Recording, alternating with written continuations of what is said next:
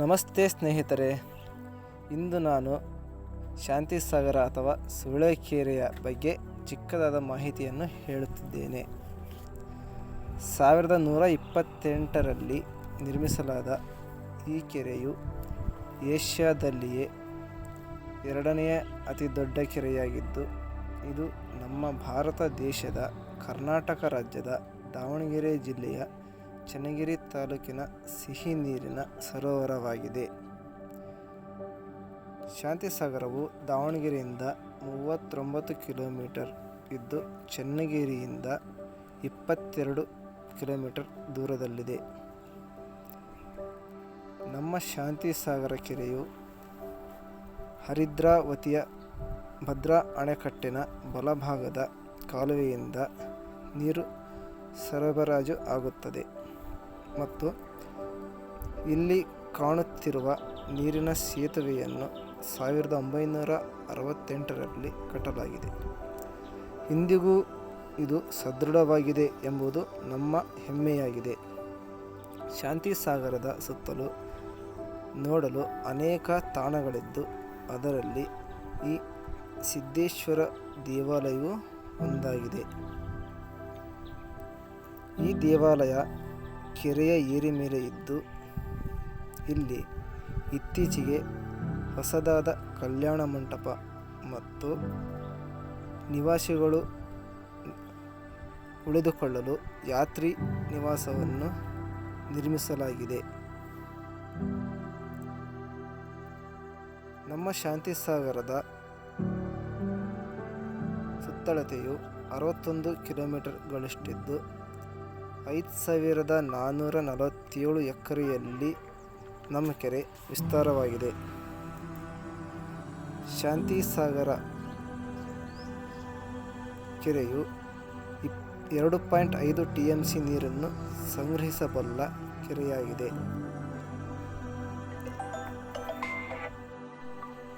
ಕೆರೆಯ ಗರಿಷ್ಠ ಉದ್ದ 8.1 ಕಿಲೋಮೀಟರ್ ಮತ್ತು ಗರಿಷ್ಠ ಅಗಲ 4.6 ಕಿಲೋಮೀಟರ್ ಆಗಿದೆ. 15 ರಿಂದ 27 ಅಡಿ ಆಳವನ್ನು ಹೊಂದಿರುವ ಕೆರೆಯ ಮೇಲ್ಮೈ ಎತ್ತರ 612 ಮೀಟರ್ಗಳಷ್ಟಿದೆ. ಸ್ನೇಹಿತರೆ, ಇಲ್ಲಿ ಕಾಣುತ್ತಿರುವ ಜಾಗದಿಂದಲೇ ಕೆರೆಗೆ ನೀರು ಬರುತ್ತದೆ ಮತ್ತು ಇದರ 500 ಮೀಟರ್ ಪಕ್ಕದಲ್ಲೇ ಕೆರೆಯ ಕೋಡಿ ಕೂಡ ಇದೆ. ಇದು ಕೆರೆಯ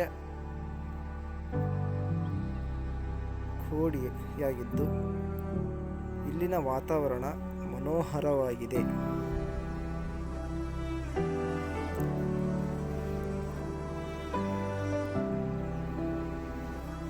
ಮತ್ತು ಕೆರೆಯ ಸುತ್ತಮುತ್ತಲೂ ನೋಡಲು ಅತಿ ಮನೋಹರವಾದ ಸ್ಥಳಗಳಿವೆ. ಈ ಕೆರೆಯಿಂದ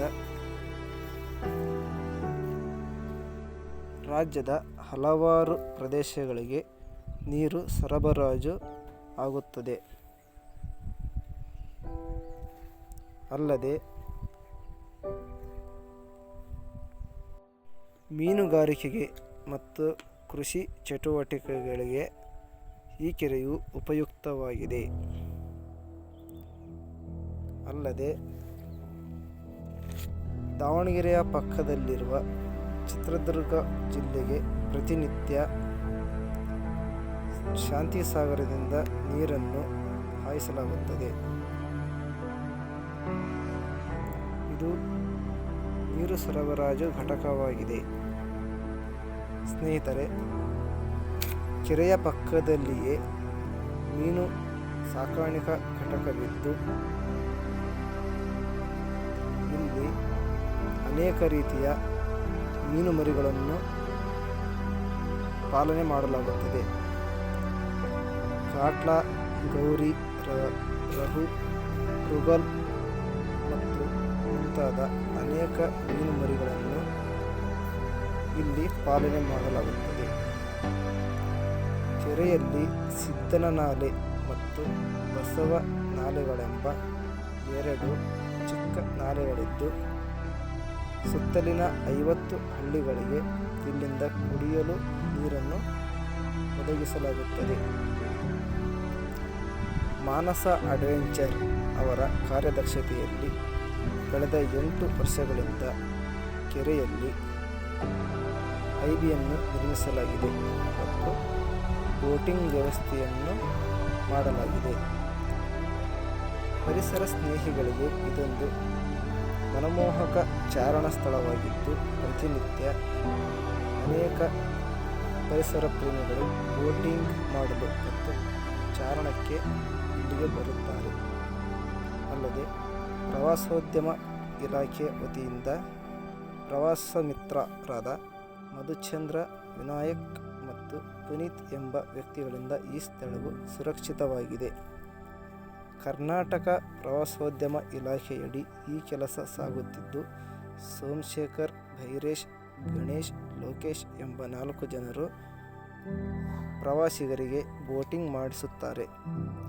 ಇಲ್ಲಿನ ಇತ್ತೀಚಿನ ದಿನಗಳಲ್ಲಿ ಖಡ್ಗ ಸಂಘ ಎಂಬ ಸಂಸ್ಥೆಯು ಸ್ವಯಂ ಪ್ರೇರಿತವಾಗಿ ಶಾಂತಿಸಾಗರದ ಸುತ್ತಮುತ್ತಲಿನ ಪ್ರದೇಶಗಳನ್ನು ಇನ್ನೂ ಪ್ರವಾಸೋದ್ಯಮಕ್ಕೆ ಅನುಕೂಲವಾಗುವಂತೆ ಮಾಡಲು ಮತ್ತು ಕೆರೆಯ ಸಂರಕ್ಷಣೆಗೆ ದುಡಿಯುತ್ತಿದ್ದಾರೆ.